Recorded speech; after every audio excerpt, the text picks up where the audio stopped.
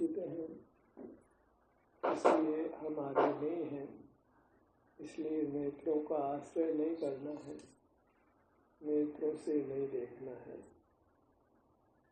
इसी प्रकार अन्य इंद्रियां हमारी नहीं हैं, इसलिए इनका भी आश्रय नहीं करना है। मन हमारा नहीं है, पौद्गलिक है, उसके आश्रय से होने वाले विचार, इनका आश्रय नहीं करना है।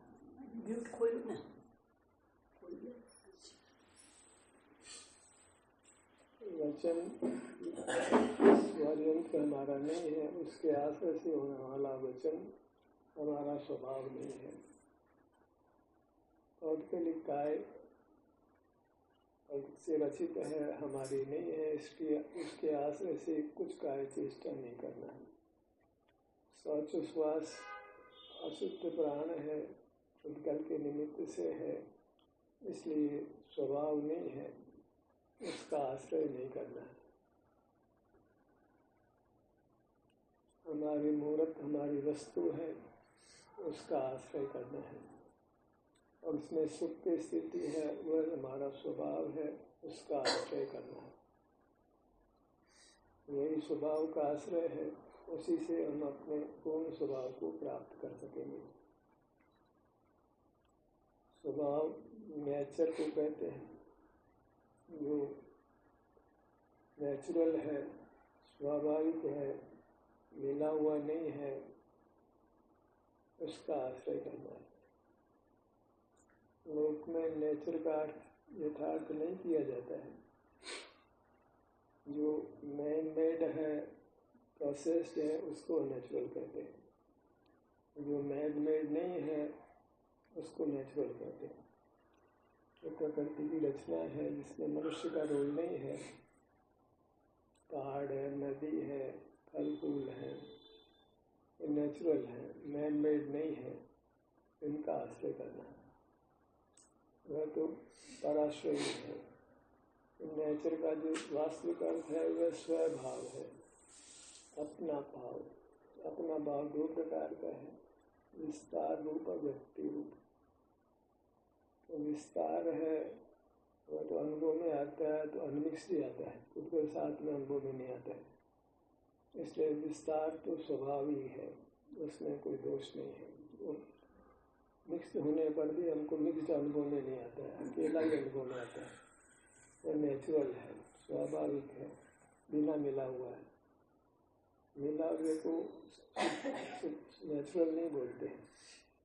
जो मिला हुआ नहीं है वो नेचुरल है। तो हमारे शरीर में उद्गल मिला हुआ है, लेकिन वो अनुभव में नहीं आता है। इसलिए जो विस्तार का आश्रय करते हैं वह नेचर का ही आश्रय है। और वृत्ति है, सुख हमारी स्वभाव रूप वृत्ति है।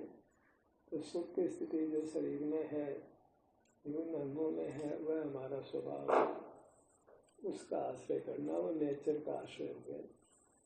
नेचर का आश्रय वह नेचर की ओर है, वही सच्ची की ओर है। जैसे दुख से हम मुक्त होंगे, दुख है वो उससे तो हमें मुक्त होना है।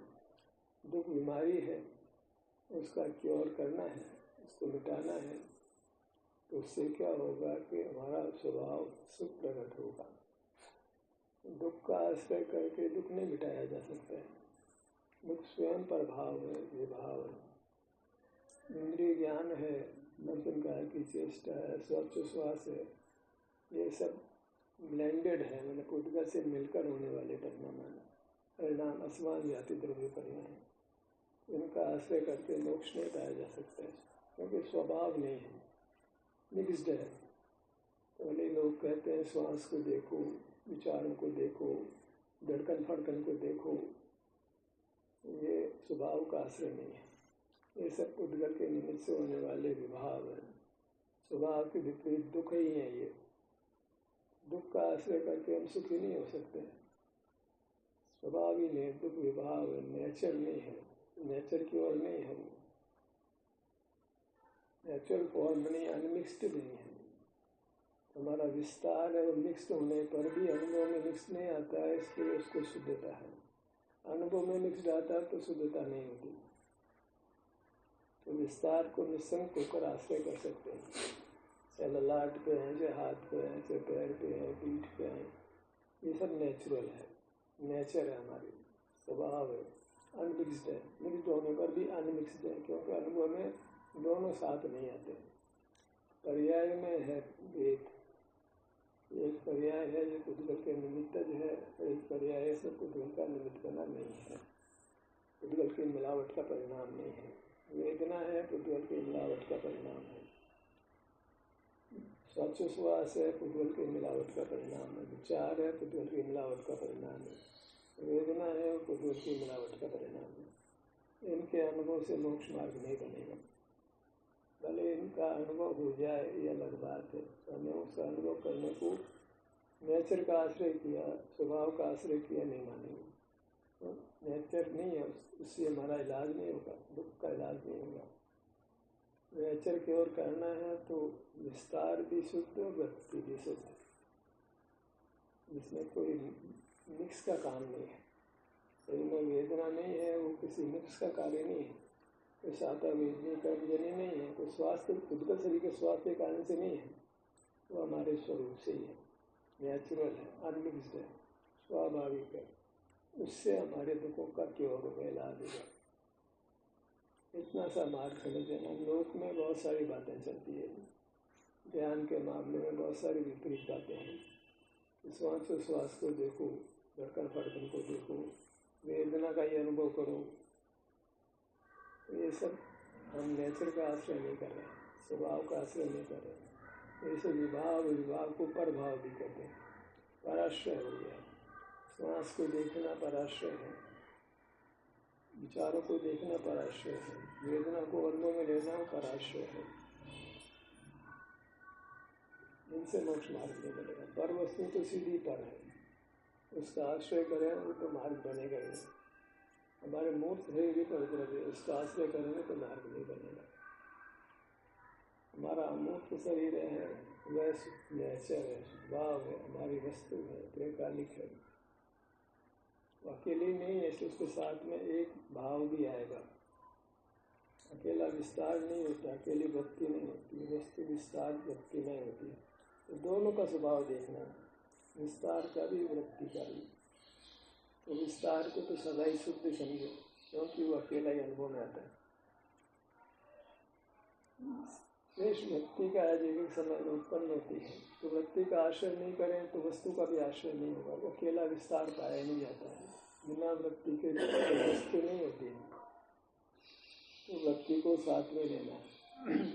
अब वृत्ति को भी हमने स्वभाव रूप लेना है, मिक्स नहीं होनी चाहिए, स्वाभाविक होनी चाहिए, अकेली होनी चाहिए, पराश्रित नहीं होनी चाहिए, मिलावट के रूप नहीं होनी चाहिए। शरीर में किसी भी भाग में वेदना नहीं है तो वह एक स्वाभाविक स्थिति है, बिना मिलावट की है, हमारा स्वरूप है, हमारा स्वभाव है। इतना सा मार्ग रह गया। तो अपने शरीर में जो वेदनारहित स्थल है, आप उनका निसंग होकर अनुभव करिए, प्रमोद से, प्रसन्नता से। ये नेचर का आलम्बन, स्वभाव का आलम्बन है। इससे आपकी सब दुखों से मुक्ति होगी। दुख का क्योर करना है। दुख के इलाज से क्या होता है कि हम सुखी हो जाते हैं, और सुखी होना ही हमारा प्रयोजन है। तो मोक्ष मार्ग को अत्यंत संक्षिप्त करें, कहीं भी उसमें घोटाला गड़बड़ सड़बड़ नहीं होना चाहिए। स्वभाव का ही आश्रय करना है, विस्तार का आश्रय करना है, और दुख रहित पर्याय है। दुख का कितना भेद है, तो कर्म निमित्तज है वो सब दुख है, जो पराधीन है वो सब दुख है, जो मिक्स्ड है वो सब दुख है। मिक्स्ड है वो अशुद्धता है, अशुद्धता के आश्रय से अशुद्धता होगी, शुद्धता के आश्रय से शुद्धता होगी। शुद्धता क्या है? वृत्ति की शुद्धता क्या है? शरीर में वेदना का नहीं होना। भगवान के शरीर में वेदना नहीं है, हमारे शरीर में भी वेदना नहीं है, ऐसी स्थिति पाई जाती है। जब पाई जाती है तब अनुभव करिए। जब वेदना है तो इलाज नहीं हो पाएगा। सारे शरीर में वेदना हो रही है तो फिर आपके लिए मार्ग भी नहीं है। मतलब आप भले ही वेदना में खड़े हैं, वेदना को भोग रहे हैं, पर इससे कोई मोक्ष हो जाएगा? वेदना भोगते भोगते मोक्ष हो जाता है, वो नहीं है। वेदना तो हम हो रही है, पड़ोसी में हो रही है, हम तो जान रहे हैं, ये सब वितर्क है। कथा में वेदना हमारा स्वभाव नहीं है, परभाव है। श्वास परभाव है, विचार परभाव है। हाथों को हिलाइए, हिलता हुआ महसूस करिए, ये फिर यह है प्रभाव है। वो वेदना का यहाँ परिणाम मिक्स्ड नहीं है, फिक्स्ड है।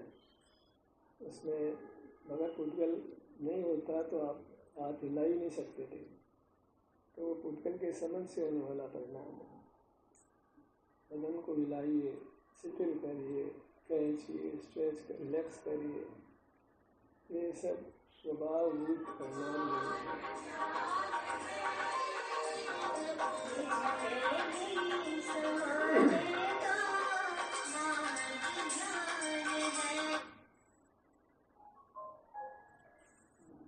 स्वभाव का आश्रय करना, क्षेत्रगत स्वभाव और पर्यायगत स्वभाव, वास्तुगत व्यक्तिगत। स्वभाव का आश्रय करके स्वभाव प्राप्त होगा, विभाव का आश्रय करके कि पर वस्तु का आश्रय, विवाह को प्रभाव भी कहते हैं, पर के निमित्त से हुआ तो प्रभाव हो गया। हमारा स्वभाव बिना पुटकल के मिलावट के जो होता है, केवल शरीर में आराम की स्थिति है, उसको आचार्य भी कहते हैं स्वभाव के कारण से, कुछ सातावेदनी कर्म के कारण नहीं है। ये तो बराबर क्लियर कर लें। सातावेदनी का उदय इसलिए दुख नहीं है, ये चिंतन आगम के प्रतिकूल है।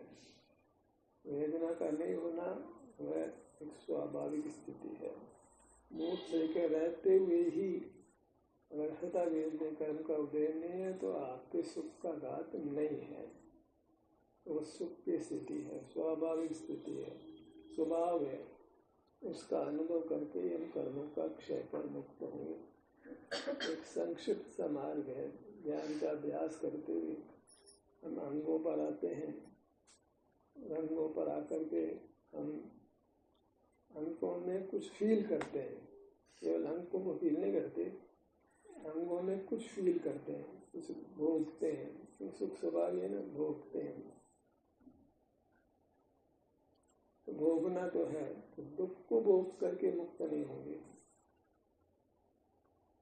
सुख को भोग कर मुक्त होंगे। सुख हमारा स्वभाव है। सुख वेदना का नहीं होना मन सुख का होना, रात का नहीं होना मन दिन का होना।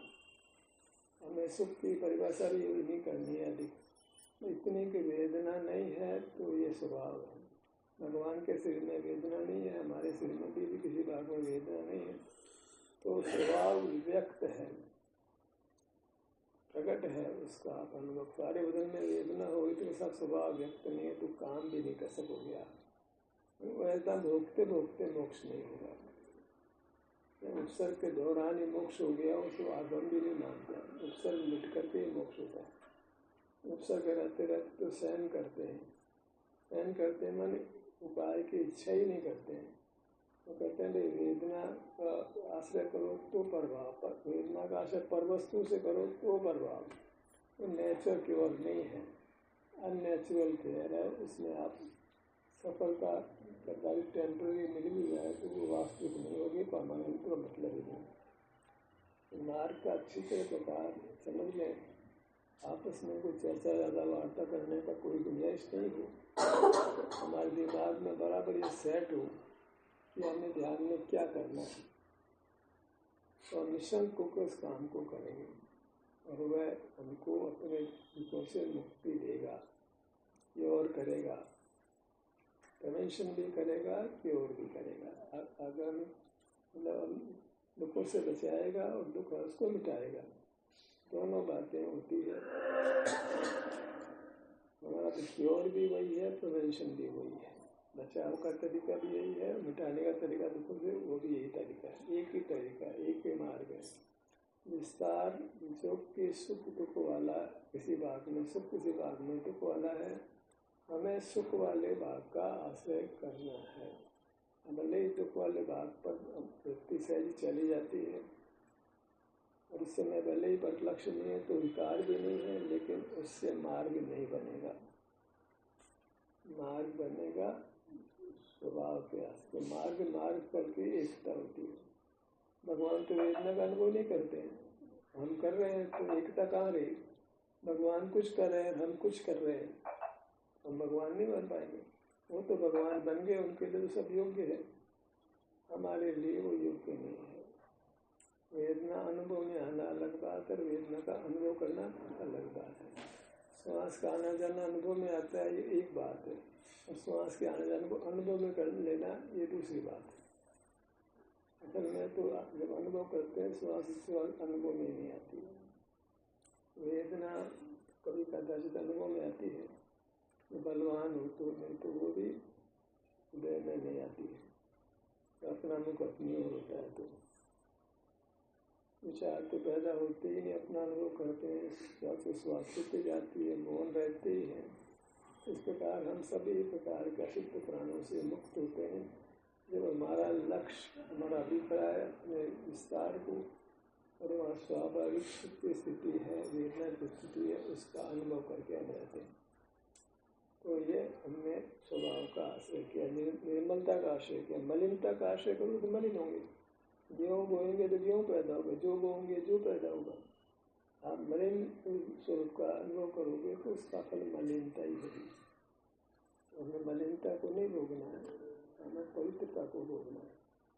हमारे में पवित्रता किसी अंश में सदा रहती है, मुक्त दशा में तो परमानेंट हो जाती है, और साधक दशा में हम कोशों के अपूर्ण मूर्त का ही संवेदन होता है, वो संवेदना भी अपूर्ण कही जाती है। यद्यपि संवेदना तो पूरी हो जाती है, जो केवल होता है, आप आपके अनुभव रूप रहता है, कर्मशय हो जाता है, तो कौन सुख हो जाता है। इस प्रकार मार्ग को हमने अच्छी तरह निर्धार करके इस मार्ग पर चलना है। सेशन चल रहा है, इस संबंध में कोई चर्चा करें तो कर सकते हैं।